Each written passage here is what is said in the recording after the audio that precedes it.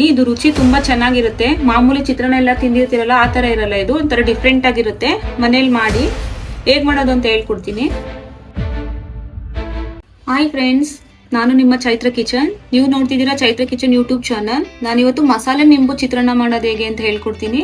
ಮಸಾಲೆ ನಿಂಬು ಚಿತ್ರಾನ್ನ ಮಾಡೋದಕ್ಕೆ ಕಡಲೆಬೇಳೆ, ಕಡಲೆ ಬೀಜ, ಈರುಳ್ಳಿ 2 ಮೀಡಿಯಂ ಸೈಜು, ಕೊತ್ತಂಬರಿ ಸೊಪ್ಪು, ಹಸಿ ಬಟಾಣಿ, ರುಚಿಗೆ ಉಪ್ಪು, ಅಡ್ಗೆ ಅರಿಶಿನ, 1 ಗೆಡ್ಡೆ ಬೆಳ್ಳುಳ್ಳಿ, ಕ್ಯಾಪ್ಸಿಕಮ್ಮು, ಹಸಿಮೆಣಸಿನ್ಕಾಯಿ, ತೆಂಗಿನಕಾಯಿ ತುರಿ, ನಿಂಬೆಹಣ್ಣು.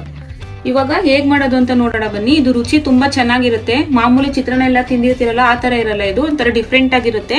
ಮನೇಲಿ ಮಾಡಿ ಹೇಗ್ ಮಾಡೋದು ಅಂತ ಹೇಳ್ಕೊಡ್ತೀನಿ. ಬಾಣಲಿ ಇಟ್ಕೊಳ್ಳಿ. ಬಾಣಲಿ ಕಾದಿದೆ, ಎಣ್ಣೆ ಹಾಕೊಳ್ಳೋಣ. ಎಣ್ಣೆ ಒಂದು ಸ್ವಲ್ಪ ಜಾಸ್ತಿ ಇದ್ರೆ ಚಿತ್ರಾನ್ನ ಟೇಸ್ಟ್ ಚೆನ್ನಾಗಿರುತ್ತೆ, ಅದರಿಂದ ಸ್ವಲ್ಪ ನಾನು ಜಾಸ್ತಿ ಹಾಕೊಳ್ತಾ ಇದ್ದೀನಿ. ಎಣ್ಣೆ ಕಾದಿದೆ, ಸಾಸಿವೆ ಸೇರಿಸ್ಕೊಳ್ಳೋಣ. ಸಾಸಿವೆ ಸಿಡಿತಾ ಇದೆ. ಈ ಟೈಮಲ್ಲಿ 1 ಟೇಬಲ್ ಸ್ಪೂನ್ ಅಷ್ಟು ಜೀರಿಗೆ ಸೇರಿಸ್ಕೊಳ್ಳೋಣ. ನೀವು ಕಡಲೆ ಬೀಜನ ಬೇಕಾದ್ರೆ ಸಪ್ರೇಟ್ ಎಣ್ಣೆಯಲ್ಲಿ ಕರ್ದ್ಬಿಟ್ಟು ಎತ್ತಿಟ್ಕೊಳ್ಳಿ. ಈಗ ಅನ್ನ ಕಲಸುವಾಗ ಹಾಕೊಂಡ್ರೆ ಗರ್ಗರಿಯಾಗಿರುತ್ತೆ. ನಾನು ಹಾಗೆ ಒಟ್ಟಿಗೆ ಹಾಕೊಳ್ತಾ ಇದ್ದೀನಿ. ನಾನು ಒಂದು 2-3 ಜನಕ್ಕೆ ವಿಡಿಯೋದಲ್ಲಿ ಮಾಡಿ ತೋರಿಸ್ತಾ ಇದ್ದೀನಿ. ನೀವು ಇದೇ ಕ್ವಾಂಟಿಟಿಲಿ ಜಾಸ್ತಿ ಮಾಡ್ಕೊಳ್ಳಿ, ಚೆನ್ನಾಗಿರುತ್ತೆ ಚಿತ್ರಾನ್ನ ಇದು. ಕಡಲೆ ಬೀಜ ಎಲ್ಲ ಚೆನ್ನಾಗಿ ಕೆಂಪಗಾಗೋ ತನಕ ಫ್ರೈ ಮಾಡ್ಕೊಳ್ಳಿ. ನಂತರ ಕಡಲೆಬೇಳೆ ಸೇರಿಸ್ಕೊಳ್ತಾ ಇದ್ದೀನಿ.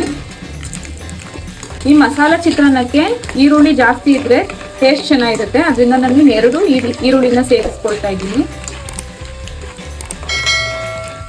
ಇವಾಗ ಕಡಲೆಬೇಳೆ, ಕಡಲೆ ಬೀಜ, ಜೀರಿಗೆ ಎಲ್ಲ ಫ್ರೈ ಆಗಿದೆ. ಇವಾಗ ಈರುಳ್ಳಿನ ಸೇರಿಸ್ಕೊಡಿ. ಈರುಳ್ಳಿ ಸೇರಿಸ್ಕೊಂಡಿದ್ದೇನೆ ಬಟಾಣಿ ಸೇರಿಸ್ಕೊಳ್ತಾ ಇದ್ದೀನಿ. ಬಟಾಣಿ ಸೀಸನ್ ಆಗಿರೋದ್ರಿಂದ ಎಲ್ಲರ ಮನೆಯಲ್ಲೂ ಬಟಾಣಿ ಇರುತ್ತೆ, ಅದರಿಂದ ನಾನು ಬಟಾಣಿ ಹಾಕ್ತಾ ಇದ್ದೀನಿ. ಈ ನಿಂಬೆಹಣ್ಣು ಮಸಾಲ ಚಿತ್ರಾನ್ನಕ್ಕೆ ಬಟಾಣಿ ಹಾಕಿ ಟೇಸ್ಟು ತುಂಬ ಚೆನ್ನಾಗಿರುತ್ತೆ. ಕರ್ಬೇವಿನ ಸೊಪ್ಪು ಮತ್ತು ಕ್ಯಾಪ್ಸಿಕಮ್ಮು, ಹಸಿಮೆಣಸಿನ್ಕಾಯಿ ಇದೆಲ್ಲನೂ ಒಟ್ಟಿಗೆ ಸೇರಿಸ್ಕೊಳ್ತಾ ಇದ್ದೀನಿ. ಇದೆಲ್ಲ ಎಣ್ಣೆಯಲ್ಲಿ ಚೆನ್ನಾಗಿ ಬಾಡಿಸ್ಕೊಳ್ಳೋಣ.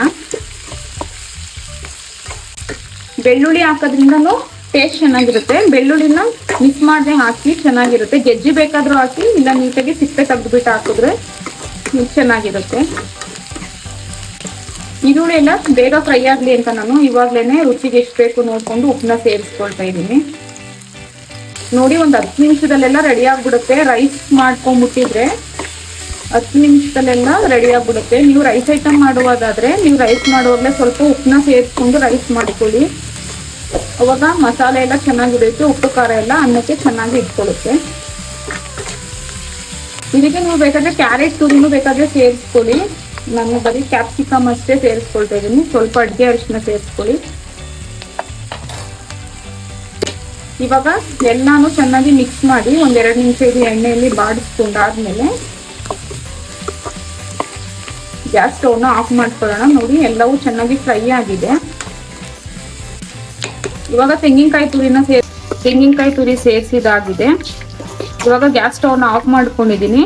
ಲಾಸ್ಟಲ್ಲಿ ನಿಂಬೆಹಣ್ಣು ರಸನ ಹಾಕೊಳ್ಳಿ. ನಿಂಬೆಹಣ್ಣು ರಸ ಹಾಕಿ ಎಲ್ಲ ಚೆನ್ನಾಗಿ ಮಿಕ್ಸ್ ಮಾಡ್ಕೊಂಡಿದ ನಂತರ ನೋಡಿ, ನಾನು ರೈಸ್ನ ಆರಕ್ಕೆ ಇಟ್ಕೊಂಡಿದ್ದೆ ಒಂದು ಪ್ಲೇಟಲ್ಲಿ. ಇವಾಗ ರೈಸ್ ಜೊತೆ ಮಿಕ್ಸ್ ಮಾಡಿ ತೋರಿಸ್ತಾ ಇದ್ದೀನಿ. ನೋಡಿ, ಈ ಚಿತ್ರಾನ್ನ ಎಲ್ಲ ಚೆನ್ನಾಗಿ ಕಲಸಿದಾಗಿದೆ. ನೋಡಿದ್ರಲ್ಲ ಎಷ್ಟು ಈಸಿಯಾಗಿ ಮಸಾಲ ನಿಂಬೆ ರೈಸ್ ಮಾಡೋದು ಹೇಗೆ ಅಂತ.